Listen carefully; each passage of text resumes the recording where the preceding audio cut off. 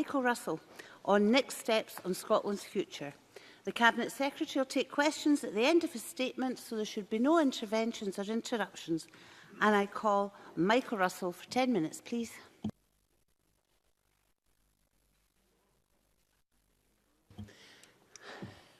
There we are. Michael Russell.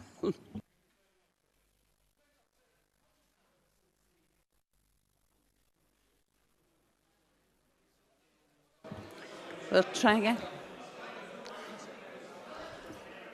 Okay. I now call Michael Russell. I won't be deflected as easily as that.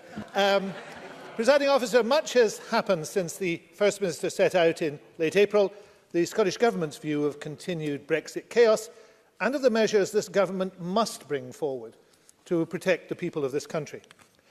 Last Thursday, Scotland said loudly and clearly that it is a European nation and it intends to remain one. It also rejected all attempts to deflect that argument with spurious assertions about other matters and showed its contempt for equivocation. Elections can be brutal judgments on parties and politicians. This one certainly was. But, Presiding Officer, elections can also be fresh starts. So if all the parties in this chamber are willing to hear the clear voice of Scotland, then I believe we can find a way to put behind us the divisions of Brexit and move forward together. And that is what this statement is about. On the 11th of April, when the EU threw the UK a lifeline to avoid a no-deal Brexit, Donald Tusk, the President of the European Council, said to Westminster, "Please don't waste this time." But he's been ignored. Not only has nothing happened to resolve the Brexit impasse, but now the stalemate looks like lasting for several more months, whilst ever more extreme Tory MPs vie with each other to present the most hardline positions to their party faithful. The Tories are heading for a no-deal Brexit, and some positively welcome that disastrous direction of travel. A Boris Johnson premiership is no longer a bad joke, it's a frightening possibility. Substitute Rubb or Lidsom or Gove or Hancock or McVeigh or any of the others for Johnson, and the situation is no better. Most are heading with pleasure to the cliff edge, but Scotland must not be forced against our will to go with them. So let me at the outset make one thing very clear to the Tories at Westminster and to the Tories in this chamber. The SNP manifesto on which we won the Holyrood election in 2016 and on which this government is founded said the Scottish Parliament should have the right to hold another referendum if there is a significant and material change in the circumstances that prevailed in 2014, such as Scotland being taken out of the EU against our will. Any deal which takes Scotland out of the EU against the wishes of the majority of people in Scotland has that effect. That is what people voted for when they voted the SNP into government. And if a new Tory Prime Minister attempts a no-deal Brexit, whilst we will do everything possible to stop it and everything we can to mitigate it, it will yet be further proof that the conditions set out in our manifesto in April 2016 have been met in full. And there will be an even greater urgency to give Scotland a choice of a different future. The Scottish Government and the SNP at Westminster will, of course, continue to do all we can to stop Brexit for the whole of the UK. In particular, we will continue to support a second referendum on EU membership, a position which received widespread support on Thursday. But time is running out. The third anniversary of the Brexit referendum will be with us in less than a month's time. The accelerating shambles has caused and is causing real damage to Scotland's economy and to our social fabric. The assumption that a UK government and a UK Parliament would or could in any way do better for Scotland than our own independent institutions has been finally and completely destroyed. Presiding Officer, there must be, and there is, a better way forward. That is, in our view, for Scotland to become an independent European nation. But as we seek that way forward, we must try and build as much consensus as we can. One thing we've learned from Brexit is this: there is a need for reconciliation and the bringing together of different views. The current Prime Minister did none of that when in office, and the baleful result is there for all to see. We must try and break the current logjam with the power of fresh ideas. To do that, we must approach our collective national future in a spirit of openness and acceptance that we all want the best for our country. We must be mindful not just of those who won, but also those who lost, not just this week, nor even in 2016, but in 2014 too. It will not be easy, but at least we start on that process with a high degree of consensus about the basic fact. The Westminster system is broken, and there is no mending of it in sight. The First Minister said last month that we must reach out and be inclusive, and our approach to the three tasks we're now taking forward has been and is just that. So firstly, as context, I can confirm that despite the chaos we witnessed in Whitehall, my colleagues and I will continue to attend intergovernmental meetings with UK and Wales and hopefully soon Northern Ireland counterparts. The destination the Scottish Government wishes for this country is independence. But as we travel towards that, we have a role in helping to improve the structures under which we presently live and work. In the past 2 years, I've often quoted the terms of reference to the JMC-EN. They have consistently and fundamentally been ignored by the UK Government, and that strategy was, I believe, at the express wish of the current Prime Minister, imposed upon her ministers at every level and at every turn. She had and continues to have no interest in seeing the devolved settlement observed. Now she is going, that must change. There must be a new, meaningful respect for our position and for the responsibilities which are ours as of right. There needs to be a clear and urgent timetable for the current intergovernmental review, which must secure a legal underpinning to the relationship, and the UK Government must commit to respecting the legislative consent mechanism rather than ignoring it. These matters will be discussed at the next JMC-EN due before the end of June. We must see significant progress on them if these meetings are to have any future purpose. Presiding Officer, that's about the journey. Let's now turn to the destination and the three areas of activity which the First Minister set out in her April statement. Firstly, the Referendum Scotland Bill was introduced to the Parliament yesterday and has been published this morning. This bill will, it is hoped, have completed its parliamentary progress by the end of this calendar year. As the First Minister said in April, it is the intention of the Government to offer the people of Scotland a choice on independence later in the term of this Parliament. Of course, should circumstances change, we would have the option of seeking Parliament's agreement to proceed on an accelerated timetable. The bill provides a legal framework for holding referendums on matters which are now or in future within the competence of the Scottish Parliament. The rules it sets out are of the highest standards and will ensure that results are widely and internationally accepted. It brings Scotland into line with the UK, where there is already standing legislation for referenda through the Political Parties Elections and Referendum Act, which Westminster passed in 2000. As the First Minister indicated in her statement, we intend at a future date to negotiate with the UK Government for a Section 30 order to put beyond doubt our competence to hold a referendum on independence. When the framework is used in those or in any other circumstances, a separate vote at a future date will allow members to consider the specific topic and approve the question. The proposed franchise will be based on that, used for local government and Scottish Parliament elections, which includes EU citizens and 16 and 17-year-olds. It will be updated to incorporate future extensions to the franchise. I previously set out my intention to extend the franchise for Scottish Parliament and local government elections to all people legally resident in Scotland, whatever their nationality. Those proposals will be brought forward shortly. Given the disastrous and shameful experience of many EU citizens last Thursday, it is now obvious this is the only way to secure the democratic rights of every citizen.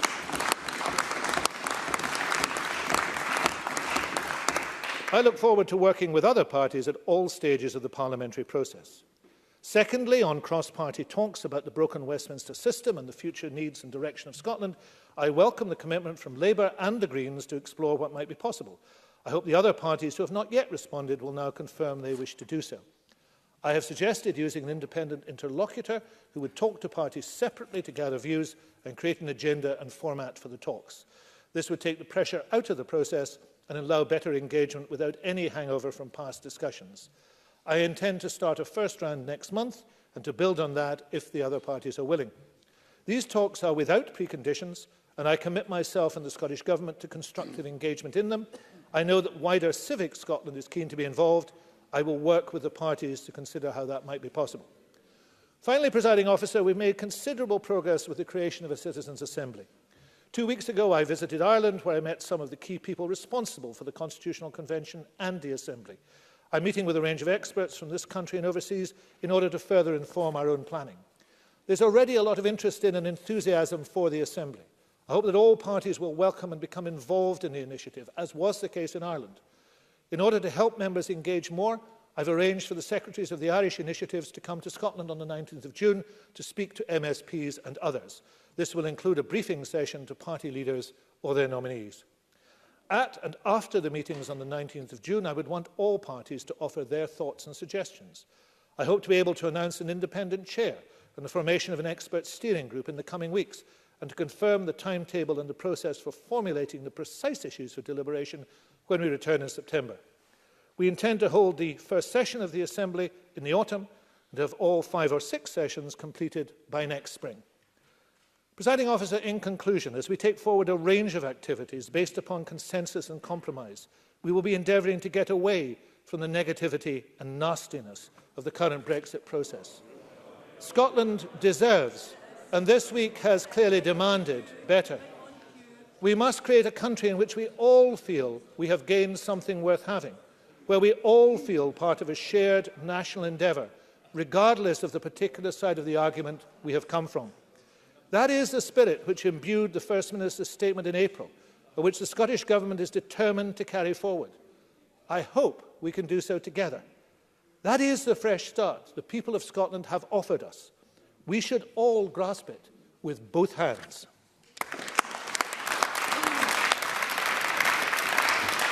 The Cabinet Secretary will now take questions on the issues raised in the statement, and I intend to allow around 20 minutes for questions. It would be helpful if members who wish to ask a question would press the request to speak buttons now, and I call on Adam Tompkins. Thank you, Presiding Officer. I thank the Minister for early sight of his statement.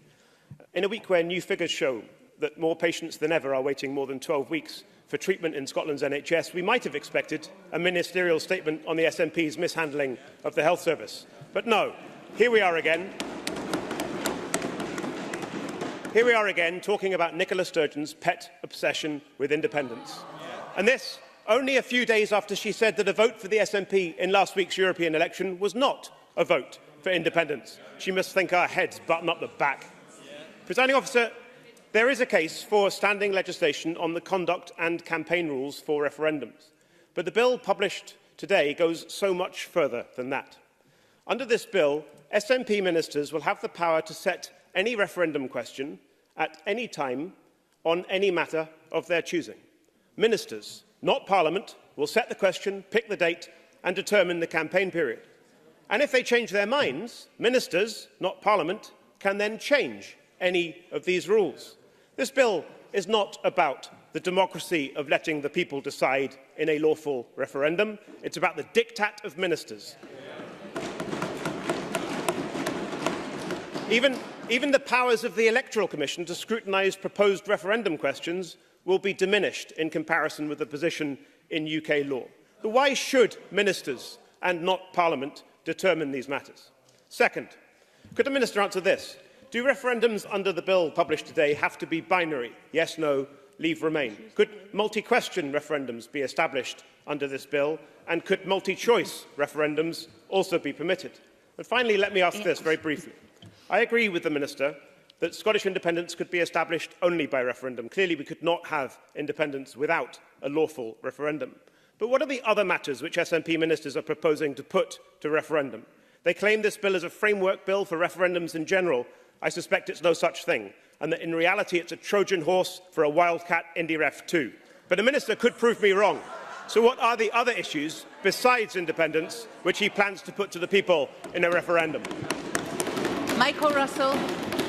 Presiding Officer, there were a number of questions there. Let me do my best to answer them. First of all, in questions of priorities, of course, my friend, the Health Secretary, is working very hard in the Health Service. Some of the results of that are already clear. Scotland's core A&E services are the best performing in the UK, actually, for almost 4 years. We have a record high in health funding. We have a record high in patient satisfaction. NHS staffing is up by over 13,600, or 10.7% under the SNP. Patient safety is massively increased, and 5.1 million people are now registered with an NHS dentist. Of course, work continues, but the record of that is a good one. Let me move on to let me move on to the question of apparently the First Minister attempting to achieve the referendum by stealth.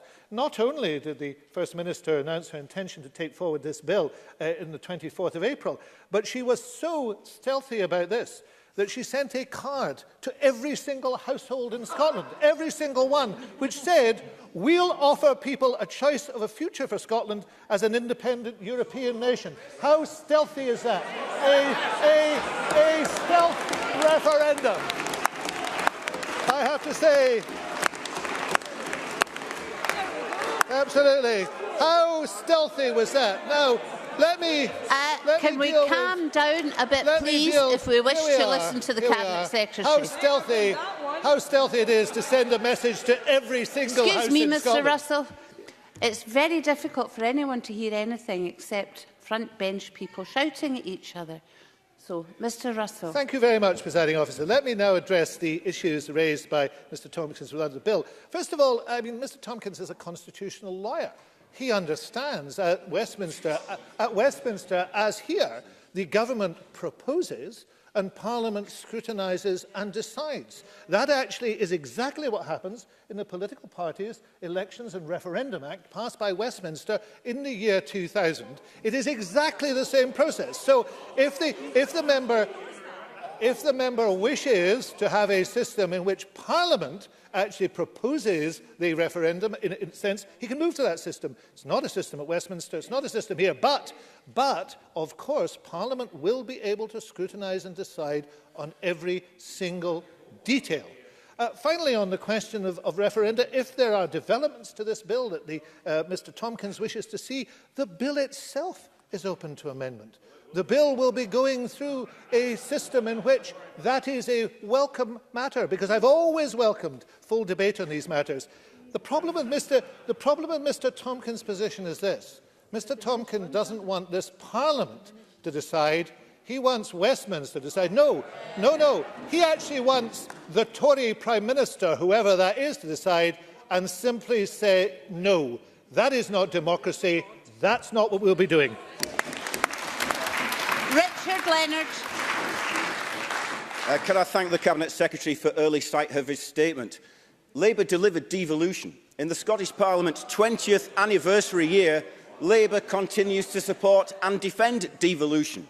Up until Brexit, the devolution settlement founded on the 98 Act worked well.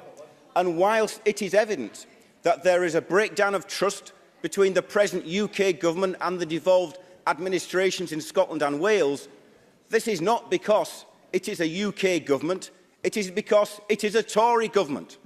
Cabinet Secretary, you note in your statement that Theresa May, and I quote, has had no interest in seeing the devolved settlement observed.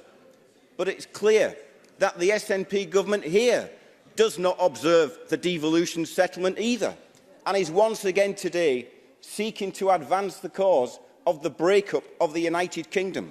So does the Cabinet Secretary not understand that his party's obsession with the creation of a separate Scottish state is a distraction from the real issues that this Parliament was brought in existence to tackle?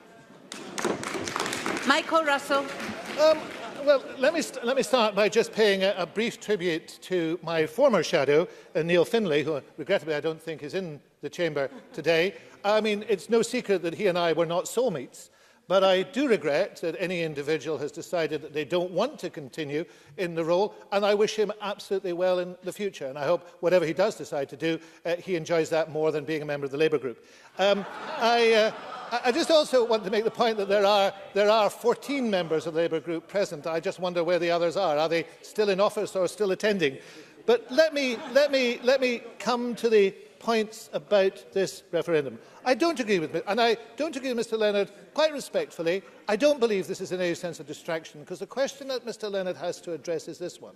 How does he achieve the things he wants to see happen if there is a constant block upon them from a Tory government at Westminster? Because we have not seen, and I have lived through even more Tory governments than Mr Leonard has lived through, and the reality of the situation is that whatever happens, That is what is the block on progress in Scotland. Now, there's an opportunity here to say, how could we move forward to a more socially just, to a more fair, to a more equal Scotland? And he and I have a genuine disagreement about how that will be done. But I have to say the evidence of the last 50, 60, 70 years is on my side, because the evidence shows that it cannot be done through the United Kingdom, but it could be and should be done through this Scottish Parliament. And therefore I would say to the Labour members, join us in that task, because actually in that task there would be a substantial majority in this chamber for the type of equal, fair Scotland that we all want to see. And the barrier to that happening is regrettably on those benches, but alas, still on those benches too. It does not have to be like that. Patrick Harvey. Thank you. I'm also grateful for the advanced copy of the statement, and I welcome the publication of the bill today. And I certainly commit to work with any other political party that has serious proposals for making the process more democratic and ensuring that powers are properly with Parliament, not ministers. We've done that before, and we'll be willing to do it again if there are serious proposals, even if some political parties haven't recognised that the collapse in their vote last week does mean and necessitate a change in their position in relation to the political crisis that we're living through at the moment. One aspect of that crisis is the hacking of democracy. What we've seen is a growing body of evidence that the 2016 referendum was affected not only by empty promises on the side of a bus or racist rhetoric from Farage and Johnson, but also by dodgy money and dodgy data. What opportunity is there to make sure that this bill prevents the future undermining of the democratic process in the same way as we saw in the 2016 EU referendum? Michael Russell. I think the member makes a very important point. We have seen in the referendum that took place a great deal of shady activity, and probably worse than shady activity. And we see today, of course, a charge pending against one of the Tory leadership contenders for a misrepresentation. Of course, it's up to the courts to decide how that matter proceeds. So, in all these circumstances, I am very open to discussion with any party in this chamber that wants to strengthen legislation. Not just this piece of legislation. There are, of course, two other bills due to come on electoral matters. One I've indicated, which is on the franchise, and then a second one on the conduct of elections. It is certainly possible to look at how, after the members have seen those proposals, how they could be strengthened. I think the whole chamber, showing that it supports democracy and the rules that underpin democracy, would be a powerful message. And I'll work with anybody to send that message and to make sure elections are run properly. Willie Rennie. The Cabinet Secretary has learnt nothing from the chaos of Brexit. Surely by now, even he must understand that the economic damage and national division that is caused by breaking up long-term economic partnerships. Independence will mount chaos on top of the Brexit chaos. The Minister has also got a lot to learn about building consensus. In one breath, he appeals to us all to work together reasonably and maturely before launching another attack on every single one of us. He's got an awful lot to learn about building consensus. He says there are no preconditions for his cross-party talks. No preconditions apart from that is another independence referendum. Does he not understand that this is a major barrier to our participation in those talks? Michael Russell. I regret that, and I hope Mr. Rennie will think that one. I hope Mr. Rennie will think that matter through, because if there are no preconditions, there are no preconditions. The First Minister made it absolutely clear that the cross-party talks are to look at alternatives which parties wish to bring forward. I've tried to create a structure for those which is non-confrontational, that allows people to take part without confrontation. I would hope that all the parties would take part in those, certainly through the first stage of talking to the interlocutor to see what the agendas are, because if there are alternatives, those alternatives should be put on the table. I cannot say fairer than that. It is important. But the other question that needs to be addressed in here, and I put it in one form to Richard Leonard, and I put it to Willie Rennie very clearly, what is the alternative to a no-deal Brexit, when we get to that moment at Westminster? Do we just do what we are told? Do we just accept the economic chaos and disaster that will take place? He may not have sympathy with, and I don't have much sympathy with, the Secretary of State for Scotland, but the Secretary of State for Scotland described the potential of Brexit itself as an economic catastrophe. The reality is that is where we are heading. That is where it is being driven by Tory leadership candidates. What will Mr Rennie do in those circumstances? That's a vital question, and he does need to answer it. Members will be aware of the inordinate time that party leaders' questions have taken.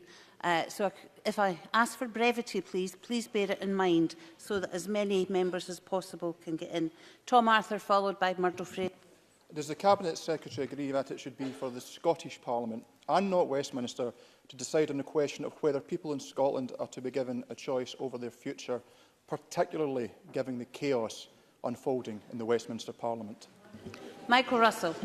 Yes, and if you substituted any other country for Scotland within that question, you would realise how obvious it is. Of course, the people of Scotland should decide on their own future. Murdo Fraser, followed by Jenny Gilruth. Thank you, Presiding Officer. The Minister talked in his statement about consensus, about reconciliation and leaving behind negativity and nastiness. But he has never apologised for suggesting that our colleagues in Westminster are traitors to Scotland. So in the spirit of reconciliation and a fresh start, will he now do so? Michael Russell. It's very difficult for me to apologise for something I didn't do, but let me try and reach out. If those colleagues and those people who support them on those benches were offended by that, I am sorry that that took place. Now, can we now perhaps accept that we should be looking forward to try and find a way in which we can work together? And will Murdo Fraser commit his party to sit down and have the conversations we need to have? Jenny Gilruth, followed by Elaine Smith. Thank you. Scotland overwhelmingly decided that it wanted to remain at the heart of Europe, both in 2016 and in last week's EU elections. Can the Cabinet Secretary tell Parliament to what extent the UK Government has listened to the views of the people of Scotland during the Brexit process?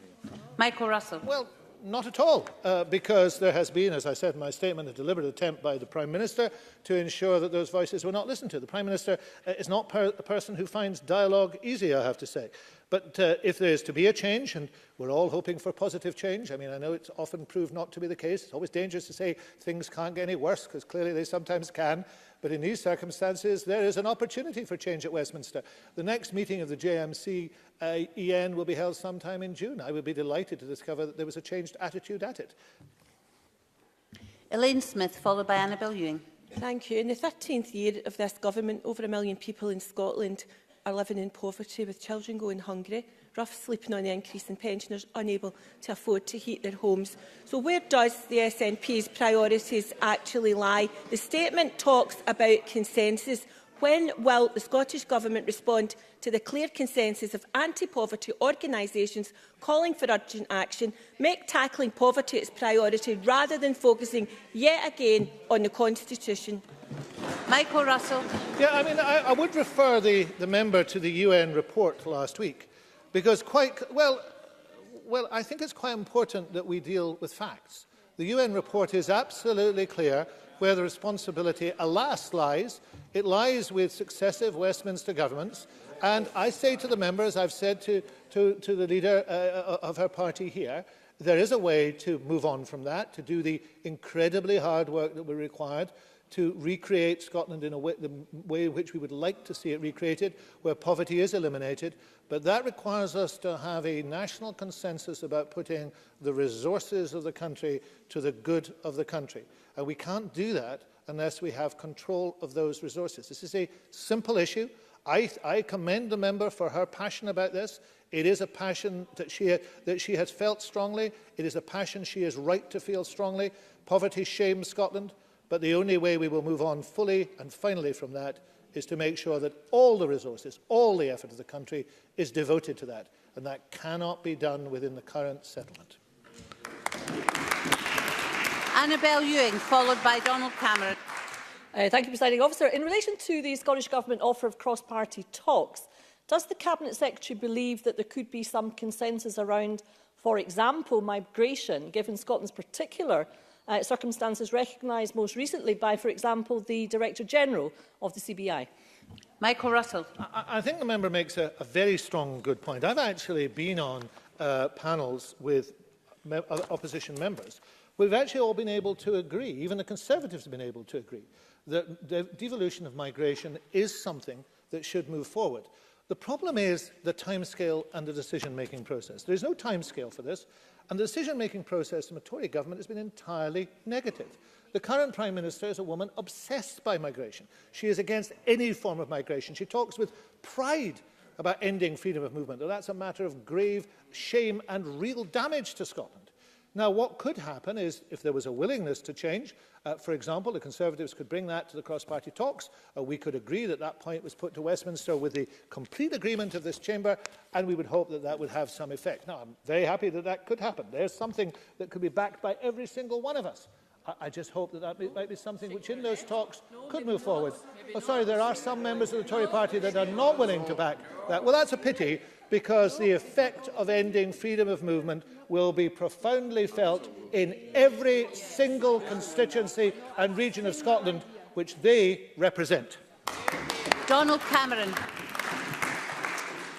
Thank you. Does the Cabinet Secretary believe that referendums under this bill should be advisory or binding? And can he point me to the provision in this bill which states the Scottish Government will respect the result of referendums? Michael Russell. Well, I think that you have to be firm on one side or the other. For example, the UK government and the EU referendum was meant to be advisory, but apparently now it is the most binding thing that you could possibly decide on and cannot be changed in any way. So if the member wants to seriously engage with this bill, and I'm sure he does want to seriously engage with the bill, let us have that debate as to what the right thing to happen is. Now, it's a rather curious position that we've just heard from Mr Tompkins. Mr Tompkins has lambasted us for apparently not having any desire to have Parliament involved in this. I've just said, let's have parliamentary debate about this, and Mr Tompkins shouts, what's your view? The reality of the situation is you can't win with them, but I do hope we can have that debate and we'll come down on one side or the other, and maybe it will be an amendment from one of the Tories that allows us to do so. That concludes questions on the Cabinet Secretary's statement. Apologies to Stuart McMillan,